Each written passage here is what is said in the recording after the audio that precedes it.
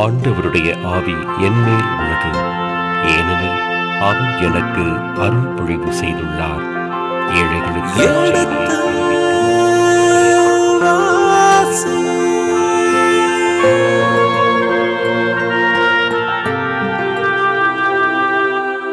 எடுத்து வாசி.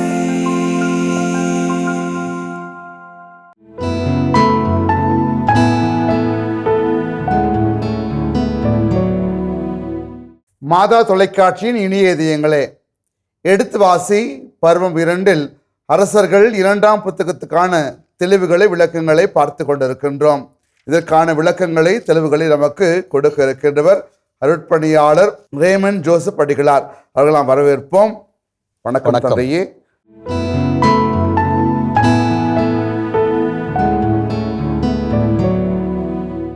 தமது ஆட்சியின் 18ஆம் ஆண்டில் அரசர் யோசியா மெசுல்லாமின் புதல்வராகிய அட்சலியாவின் மகன் சாப்பான் என்னும் எழுத்தரை ஆண்டவரின் இல்லத்திற்கு அனுப்பி, தன்னுடைய ஆட்சியின் 18ஆம் ஆண்டில் அப்படின்னா கிமு 640 நம்ம யோசியா ஆட்சி பொறுப்பே இருக்கிறான்.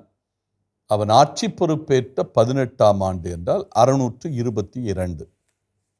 இப்போ 622 வரை இவன் எந்த பணியும் செய்ய முடியாது.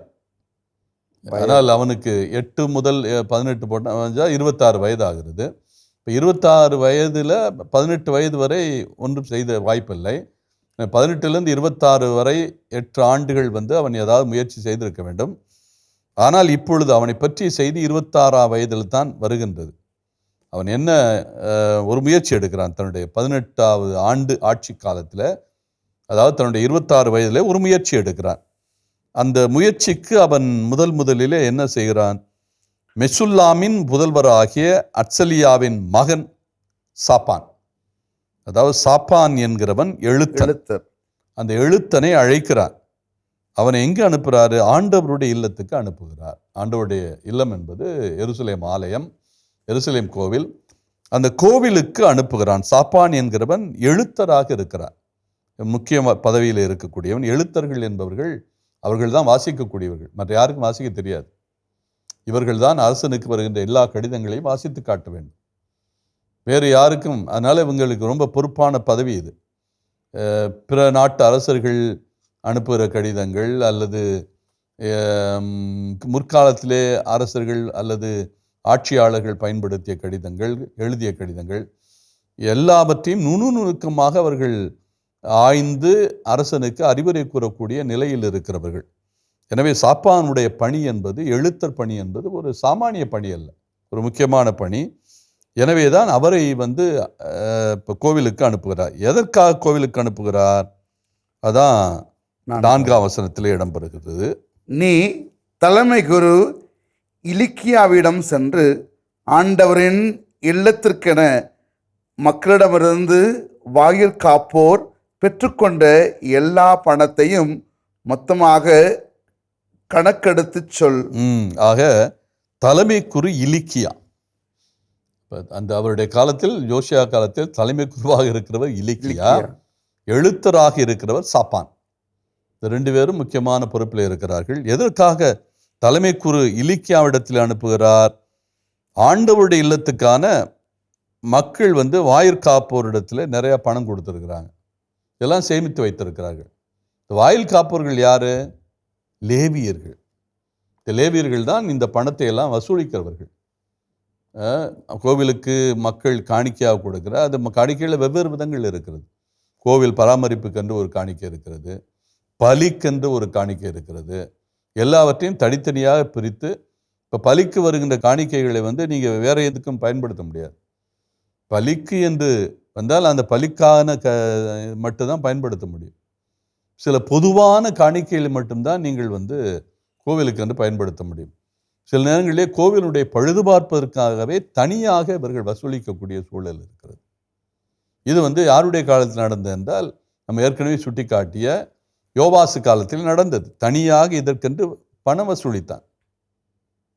ஆனால் இங்கே குறிப்பு சொல்லாவிட்டாலும் லேவியர்களிடத்தில், அதாவது வாயில் காப்பவரிடத்தில் ஒரு குறிப்பிட்ட பணம் சேமித்து வைக்கப்பட்டு இருக்கிறது. அந்த பணத்தை பற்றிய குறிப்பு தான் இங்கே சொல்லப்பட்டிருக்கிறது. மொத்தமாக அவர்களிடத்தில் என்ன பணம் இருக்கிறது என்று நீ என்ன பண்ணணும்? கணக்கிட்டு சொல்ல வேண்டும். இந்த இலிக்கியா யார்? நீங்கள் எரேமியா 1 அதிகாரம் 1 முதல் 2 வாசியுங்கள். பென்யமின் நாட்டில் அனத்தாத்து என்னும் ஊரிலிருந்த குருக்களில் ஒருவனான இலிக்கியாவின் மகன் எரேமியாவின் சொற்கள். இப்போ இலிக்கியா என்கிறவர் அனத்தோத் என்கிற ஊரில் பென்யமின், அதாவது பெஞ்சமின் குலத்தை சேர்ந்த ஊர் தான் இந்த அனத்தோத். எருசலேமிலிருந்து அதிக தொலைவில் இல்லை, அதிகபட்சம் போனால் ஒரு 10 மைல் தூரம் தான் எருசலேமுக்கு வடகிழக்கே இருக்கிறது. அங்குதான் பென்யமின் இனத்துக்கான பகுதிகள் இருக்கிறது. அந்த அனத்தோத் என்கிற ஊரில் ஒருவர் இருக்கிறார். அவர் பெயர் என்ன? இலிக்கியா. இந்த ஊரே எதுக்காக கொடுக்கப்பட்டது என்றால் லேவியர்களுக்காக ஒதுக்கப்பட்ட நகர். அனத்தோத் என்பதே லேவியர்கள் குடியிருக்கிற நகர். அந்த ஊரில் இலிக்கியா என்பவருடைய மகன்தான் யார்? எரேமியா. நாம் யோசியா காலத்தை எடுத்துக்கொண்டோம் என்றால் யோசியா காலம் என்பது எரேமியா காலம், எரேமியா காலம் என்பது இலிக்கியா காலம். அப்போ இங்கே தலைமைக்குரு இலிக்கியா என்று சொல்லப்பட்டு இருக்கிறது. இவர் யாராகத்தான் இருந்திருக்க முடியும்? எரேமியாவுடைய தந்தையாகத்தான் இருந்திருக்க முடியும். என்றால் எரேமியாவும் லேவியர் குலத்தை சேர்ந்தவர், குருக்கள் குலத்தை சேர்ந்தவர். அப்படின்னா இங்கே நமக்கு எரேமியாவுடைய தந்தை என்கிற குறிப்பு இல்லாவிட்டாலும் இந்த எலிக்கா என்கிறவர் யாராகத்தான் இருந்திருக்க முடியும்? எரேமியாவுடைய தந்தையாகத்தான் இருந்திருக்க முடியும். அதற்கான ஆதாரங்கள் நமக்கு நேரடியாக இல்லாவிட்டாலும் நாம் சுற்றி வளைத்து இவரை எரேமியாவுடைய தந்தை என்று தான் பார்க்க வேண்டும். இந்த எரேமியாவுடைய தந்தை குருவாக இருக்கிறார், தலைமை குருவாக. அவரிடத்தில் தான் சாப்பானை அனுப்பி வசூலித்து வைத்திருக்கிற பணத்திற்கான எல்லா விளக்கங்களையும் அரசன் கேட்கிறான். தொடர்ந்து அவர்கள் அப்பணத்தை ஆண்டவரின் இல்லத்தில் பழுது பார்க்க நியமிக்கப்பட்ட மேற்பார்வையாளரின் கையில் ஒப்படைக்கட்டும். இது அரசனுடைய செய்தி. ஏற்கனவே பார்த்தோம். இந்த சாப்பானை வந்து யார்கிட்ட அனுப்புகிறாரு? தலைமை குருவாகி இலிக்கியாவிடத்தில் அனுப்புகிறார். இந்த பணத்தை எல்லாம் கணக்கு பார்ப்பது மட்டுமல்ல, அந்த பணத்தை ஆண்டவருடைய இல்லத்தை பழுது பார்ப்பதற்காக ஒதுக்க வேண்டும். அதை யாரு மேற்பார்வையா பார்க்க போகிறார்களோ அவர்களிடத்தில் அந்த பணத்தை ஒப்படைக்க வேண்டும் என்கிற செய்தி யாருக்கு போக வேண்டியிருக்கிறது? இலிக்கியாவிடத்திலே போக வேண்டியிருக்கிறது. ஆக நீங்கள் இதையே 2 குறிப்பேடு 34ஆம் அதிகாரத்தில் பார்த்தீங்கன்னா அங்கே இவர் யார் யார் அனுப்பினாரு அப்படிங்கிற அந்த குறிப்பு இருக்கிறது. அதாவது இங்கே நமக்கு சுட்டிக்காட்டப்படுவது வந்து சாப்பான் என்கிற அந்த எழுத்தருடைய பெயர் மட்டும்தான். ஆனால் நாம் 2 குறிப்பேடு இதே ஒத்தமை பகுதியை பார்த்தோம் என்றால் 34ஆம் அதிகாரம் அட்சலியாவின் மகன் சாப்பான், நகரின் ஆளுநர் மாசேயா, பதிவாளர் யோவாகு ஆக 3 பேரை அனுப்புவதாக. யாரிடத்தில்? தலைமை குருவிடத்தில். இலிக்கியாவிடத்தில் 3 பேரை. அட்சலியாவின் மகன் சாப்பான், இப்போ சாப்பான் இங்கே இருக்கிறார் அரசர்கள் புத்தகத்தில். நகரின் ஆளுநர் மாசேயா. நகரின் ஆளுநர் என்றால் எருசலேம் நகருடைய ஆளுநர். எருசலேம் நகரே தனி பகுதியாக இருக்கிறது. அதற்கு ஒரு ஆளுநர் தனிப்பட்ட விதத்தில் இருக்கிறார். 12 கோத்திரங்கள் போக எருசலேம் நகருக்கென்றே ஒரு தனி ஆளுநர். இதைத்தான் சாலமோன் ஏற்படுத்தினான். சாலமோன் அந்த குலங்களுடைய தலைவர்களையெல்லாம் நீக்கிவிட்டு என்ன பண்ணான்? ஆளுநர்களை நியமித்தான். ஒவ்வொரு குலத்திற்கும் ஒரு ஆளுநர். எருசலேமுக்கென்று தனியாக ஒரு ஆளுநரை நியமித்தான். அந்த ஆளுநராக இப்பொழுது பொறுப்பில் யோசியா காலத்தில் பொறுப்பில் இருக்கிறவர் மாசேயா. பதிவாளர் என்றால் பதிவு செய்கிறவர், ரெஜிஸ்டார்னு சொல்லும்ல, அந்த பதிவாளர், பதிவு செய்கின்றவர். இவர் வந்து கிரானிக்கலர்னு சொல்லலாம், அவரும் பதிவு செய்கிறவர் தான். கிரானிக்கலரும் அந்த அன்றாட நிகழ்வுகளை எல்லாம் பதிவு செய்கிறவர். எனவே இந்த பதிவாளரும் அவரும் ஒன்றாகத்தான் இருக்கக்கூடிய வாய்ப்புகள் இருக்கிறது. எனவே பதிவாளர் யோவாகு. ஆக இந்த 3 பேர் தலைமை குருவிடத்தில் போகிறார்கள். இந்த 3 பேரும் சென்று இந்த பணத்தை வந்து மேற்பார்வையாளத்தில் ஒப்படைக்கட்டும். ஏனென்றால் இந்த பணம் யாருடைய பொறுப்பில் இருக்கிறது? லேவியர் பொறுப்பில் இருக்கிறது. அவர்கள் தான் வசூலிக்கிறவர்கள், வாயில் காப்பாளர்களாக இருந்து. தொடர்ந்து அவர்கள் அதை ஆண்டவரின் இல்லத்தை பழுது பார்க்கும் வேலைக்காரர்களுக்கு கொடுக்கட்டும். மேற்பார்வையாளர்கள் இப்பொழுது இந்த பணத்தை ஏற்கனவே ஆண்டவருடைய இல்லத்தை பழுது பார்க்கக்கூடிய எல்லா முயற்சிகள் நடந்து கொண்டு இருக்கிறது, அதனுடைய வேலைக்காரர்களுக்கு கொடுக்கட்டும் என்கிற செய்தி அங்கே சுட்டி காட்டப்படுகிறது. இந்த வேலைக்காரர்களுக்கு என்ன எதற்கு என்னென்ன செயலுக்காக கொடுக்க வேண்டும் என்பது இந்த 6ஆம் வசனத்தில். அதாவது தச்சர்கள், கொத்தனார்கள், கட்டட சிற்பிகள் ஆகியோருக்கு கொடுக்கட்டும். தச்சர்கள், கொத்தனார்கள், கட்டட சிற்பிகள். இப்போ கொத்தனார்கள், கட்டட சிற்பிகள் 2 பேருமே வெவ்வேறு. என்றால் சாலமோனுடைய கோவில் சிற்பக்கலை மிகுந்தது. இது வெறும் சுவர்கள் மட்டும் கட்டப்பட்ட ஒரு நிலையில் அல்ல. அங்கே சிற்பங்கள் எல்லாம் வடித்திருந்தார்கள், அழகழகான பூக்கள் எல்லாம் செய்திருந்தார்கள். நம்ம அந்த கோவில் கட்டுகின்ற போது அரசர்கள் புத்தகத்தில், முதல் புத்தகத்தில் இதெல்லாம் நம்ம தெளிவாக பார்த்தோம். எந்த அளவுக்கு அவர்கள் அழகழகு மலர்களை எல்லாம் இங்கே வடித்தார்கள் என்று. இதற்கெல்லாம் சிற்பிகள் இருந்தால்தான் அது செஞ்சிருக்க முடியும். வெறும் கொத்தனார்களால் இது செய்யக்கூடிய பணிகள் அல்ல. எனவே தான் இந்த சிற்பிகளுக்கும் இந்த பணம் கொடுக்கப்பட வேண்டும். அதாவது தச்சர்கள், கொத்தனார்கள், கட்டட சிற்பிகள் ஆகியோருக்கும் கொடுக்கட்டும். அவர்கள் ஆண்டவரின் இல்லத்தை பழுது பார்க்க தேவையான மரங்களும் செதுக்கிய கற்களும் வாங்குவார்கள். இந்த பணம் எந்த ஒரு நோக்கத்திற்காக கொடுக்கப்படுகிறது? இல்லத்தை பழுது பார்க்க தேவையான மரங்களே. அப்படின்னா மரங்கள் எல்லாம் பழுதுபட்டு இருக்கிறது. ஏறக்குறைய 100 ஆண்டுகள் 200 ஆண்டுகள் கடக்கின்ற போது எவ்வளவுதான் கேதூர் மரங்கள் வைத்திருந்தாலும் அல்லது தேக்கு மரங்களை பயன்படுத்தினாலும் மரங்கள் பழுதாவதற்குரிய வாய்ப்புகள் அதிகமாக இருக்கிறது. அதுவும் குறிப்பாக குளிர்காலங்களிலெல்லாம் மரங்கள் அப்படியே நமத்து போகக்கூடிய வாய்ப்பு இருக்கிறது. இது குளிர்பகுதி என்றால் வறண்ட பூமி தான். ஆனால் நவம்பர், டிசம்பர், ஜனவரி, பிப்ரவரி மாதங்கள்லாம் நிறைய குளிர் இருக்கும். இப்போ குளிர்ங்க போதே இந்த மரங்கள் எல்லாம் நமத்து போவதற்குரிய வாய்ப்புகள் இருக்கிறது. பாழ்பட்டு போவதற்கு வாய்ப்புகள் நிறைய உண்டு. அப்படி எந்தெந்த மரங்கள் எல்லாம் பாழ்பட்டு போயிருக்கிறதோ அந்த மரங்களை எல்லாம் மீண்டும் புதுப்பிக்க வேண்டும். அந்த செயலைத்தான் இந்த தச்சர்கள் செய்கிறார்கள். சுவர்களில் ஏற்பட்ட பழுதுகளை எல்லாம் பார்ப்பதற்கு கொத்தனார்கள் இருக்கிறார்கள்.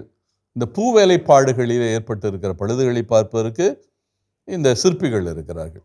எனவே இவர்களுக்கான அந்த பொருள்களும் தேவைப்படுகிறது, மரங்களும் தேவைப்படுகிறது, செதுக்கிய கற்களும் தேவைப்படுகிறது. இவற்றை வாங்குவதற்கு பணத்தை செலவழிக்க வேண்டும். 7ஆம் வசனம். பெற்றுக்கொள்ளும் பணத்தின் கணக்கை அவர்களிடம் கேட்க வேண்டாம். பெற்றுக்கொள்ளும் பணத்தின் கணக்கை அவர்களிடம் கேட்க வேண்டாம். யாரு? கொத்தனாரிடத்திலோ, தச்சர்களிடத்திலோ, சிற்பிகளிடத்திலோ. காரணம் என்ன? ஏனெனில் அவர்கள் நம்பிக்கைக்குரியவர்கள் என்று கூறினார். நம்பிக்கைக்குரியவர்கள். யாருக்கு நம்பிக்கைக்குரியவர்கள்? 2 பக்கமும் இருக்கலாம். ஒன்று அரசனுக்கு நம்பிக்கை உள்ளவர்கள், இன்னொன்று அடிப்படையிலே நம்பிக்கை உள்ளவர்கள். இது கடவுளுடைய வேலை. இந்த வேலையில் நம்ம கை வைக்கக்கூடாது. நம்முடைய தேவைக்கு இதை பயன்படுத்தக்கூடாது. ஆண்டவனுக்கு நாம் ஊழியம் செய்கிறோம் என்கிற அந்த பயம், அதைத்தான் நாம் நம்பகத்தன்மை உடையவர்கள் என்று சொல்கிறோம். இந்த பணிகளை செய்கின்றவர்கள் நம்பகத்தன்மை உடையவர்களாக இருக்க வேண்டும். அப்படி நம்பகத்தன்மை இல்லாவிட்டால் கோவில் பணிகளை யாரும் செய்யக்கூடாது. யார் நம்பகத்தன்மையோடு இருக்கிறார்களோ, இந்த பணத்தை உண்மையிலே நான் கோவிலுடைய பயனுக்காகத்தான் செய்வேன் என்ற எண்ணம் இருக்கிறார்களோ அவர்கள் கோவில் பணி செய்தால்தான் அதில் பலன் இருக்கிறது. இல்லைன்னா நம்ம என்னத்தான் கோவில் கட்டினாலும் கொள்ளையடித்து கோவில் கட்டுறது அது உண்மையான கோவில் பணி அல்ல. அதுக்கு வாய்ப்பே இல்லை. அப்போ நான் கோவில் எதுக்கு கட்டுறேன்? என்னுடைய வருமானத்தை பெருக்கிக் கொள்வதற்காக நான் கோவில் கட்டுறேன். கோவில் கட்டுதல் என்பது ஒரு புனித செயல். அந்த புனித செயலை செய்கின்ற போது அதில் என்னிடத்தில் தான் இழப்பு இருக்க வேண்டும். என்னிடத்திலே வருவாய் வரக்கூடாது. என்னுடைய வருவாயை பெருக்குவதற்கு நான் கோவில் கட்டக்கூடாது. என்னுடைய வளர்ச்சிக்காக நான் கோவில் கட்டக்கூடாது. இன்றைக்கு பெரும்பாலான கோவில்கள், அது எந்த வகை கோவில்களாக இருந்தாலும் சரி, தான தர்மங்கள் நிறைய பேர் செய்கிறாங்க. கோவில்களுக்கு கொடைகள் வழங்குகிறார்கள். ஆனால் கோவிலுக்கு கொடைகள் வழங்கினாலும் கோவில் கட்டுவது என்பது அவர்கள் அல்ல, கொடை வழங்குகிறவர்கள் அல்ல. அதை பொறுப்பேற்று நடத்துகிறவர்கள் என்பது வேறு. இப்போ எந்த ஒரு நபர் அது கொத்தனாராக இருந்தாலும் சரி, அல்லது அந்த ஒப்பந்தக்காரராக இருந்தாலும் சரி, அல்லது வேறு யாராக இருந்தாலும் சரி, தச்சர்களோ சிற்பிகளோ, எந்த நிலையிலும் நான் என்னுடைய வருமானத்தை வளர்த்துக் கொள்வதற்காக கோவிலை கட்டுகிறேன் என்ற எண்ணம் கொண்டவர்களாக இருக்கக்கூடாது. பாருங்கள், என்ன அருமையான ஒரு சிந்தனை இங்கே சொல்லப்பட்டிருக்கிறது பாருங்கள். அரசன் நான் ஏற்கனவே சுட்டி காட்டினேன், யோசியா என்கிறவன் நேர்மையாளன்.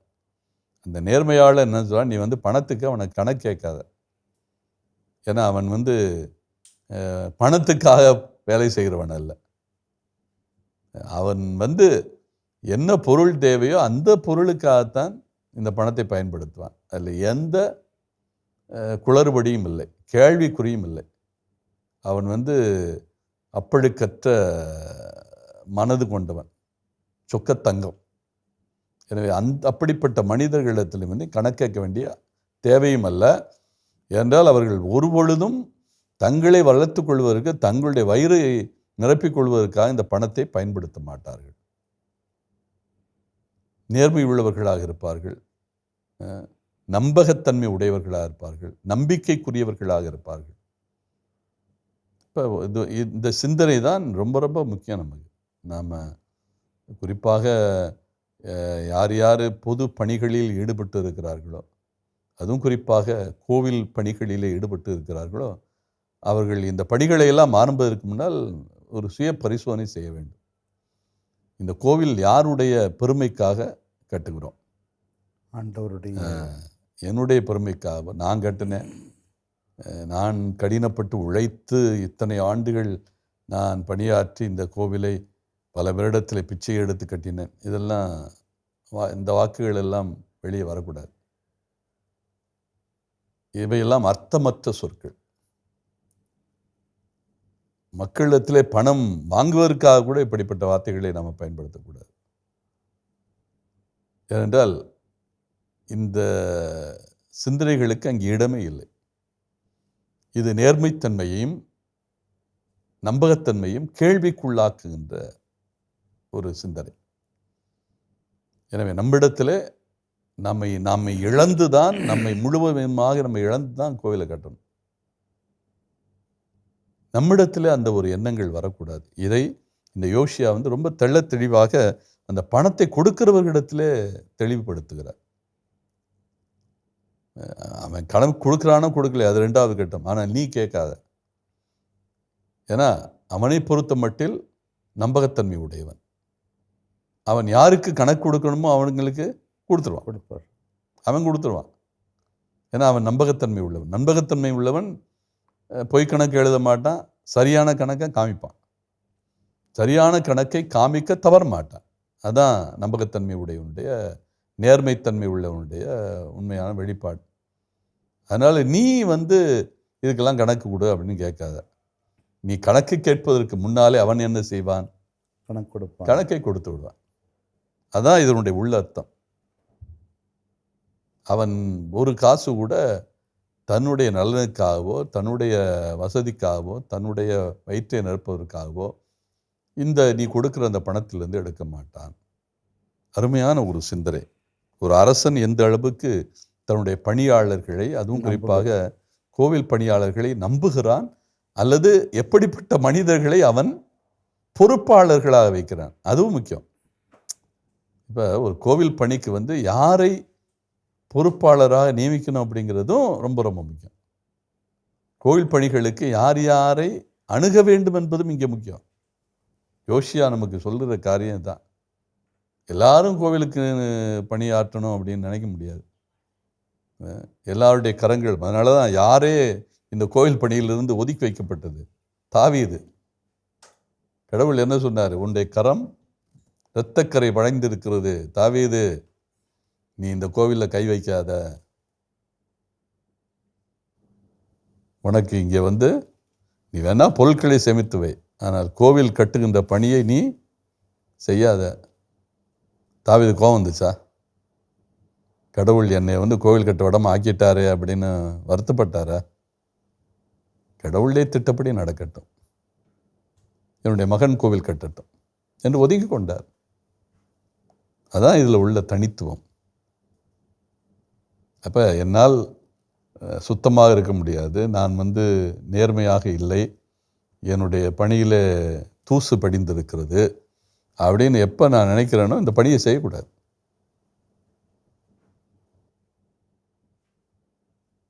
இறைவன் தாவீதை அணுகிய முறையும் இப்போ யோசியா இந்த கோவில் பணியை குறித்து சொல்லுகின்ற செய்தியும் நமக்கெல்லாம் ஒரு மிகப்பெரிய ஒரு முன் உதாரணம், நிறைய உண்மையான முன் உதாரணங்கள். கண்டிப்பாக நாம் எப்படி ஒரு பணியை, எந்தெந்த பணியை நாம் செய்ய வேண்டும், இந்த பணிகளை செய்கின்ற போது என்ன மனநிலை கொண்டிருக்க வேண்டும் என்பதற்கு இதெல்லாம் ஒரு முக்கியமான செய்தி. இப்போ அடுத்த பகுதி 8ஆம் வசனத்திலிருந்து 10ஆம் வசனம் வரை. இதை நாம் 3வது பகுதியாக பார்க்கிறோம். 22ஆம் அதிகாரம் 8 முதல் 10. திருச்சட்ட நூல் ஆண்டவரின் இல்லத்தில் கண்டுபிடிக்கப்படுவது. இந்த முதல் பெரும்பகுதியில் வருகிற 3வது குறும் பிரிவு. இதன் தொடர்ச்சியை அடுத்த பகுதியிலே தொடர்வோம். அதுவரை இணைந்திருங்கள். இயேசுவுக்கே புகழ், இயேசுவுக்கே நன்றி, மரியே வாழ்க. அவர் எடுத்து இந்த நூலை யாரிடத்திலே கொடுக்கிறார்? சட்ட நூலை. ஆக இப்பொழுது ஒரு புதிய செய்தி இங்கே இடம்பெறுகிறது. 3வது குறும்பிரிவில 8ஆம் வசனத்தில் திருச்சட்ட நூல் ஆண்டவரின் இல்லத்தில் கண்டுபிடிக்கப்படுவது. அதை சாப்பான் அவர் தான் எழுத்தரு. எனவே அவர்கள் வாசிக்க, மற்றவர்கள் எல்லாம் கேட்க வேண்டும். இந்த பணியை சாப்பான் மட்டும்தான் செய்ய வேண்டும், செய்ய முடியும்.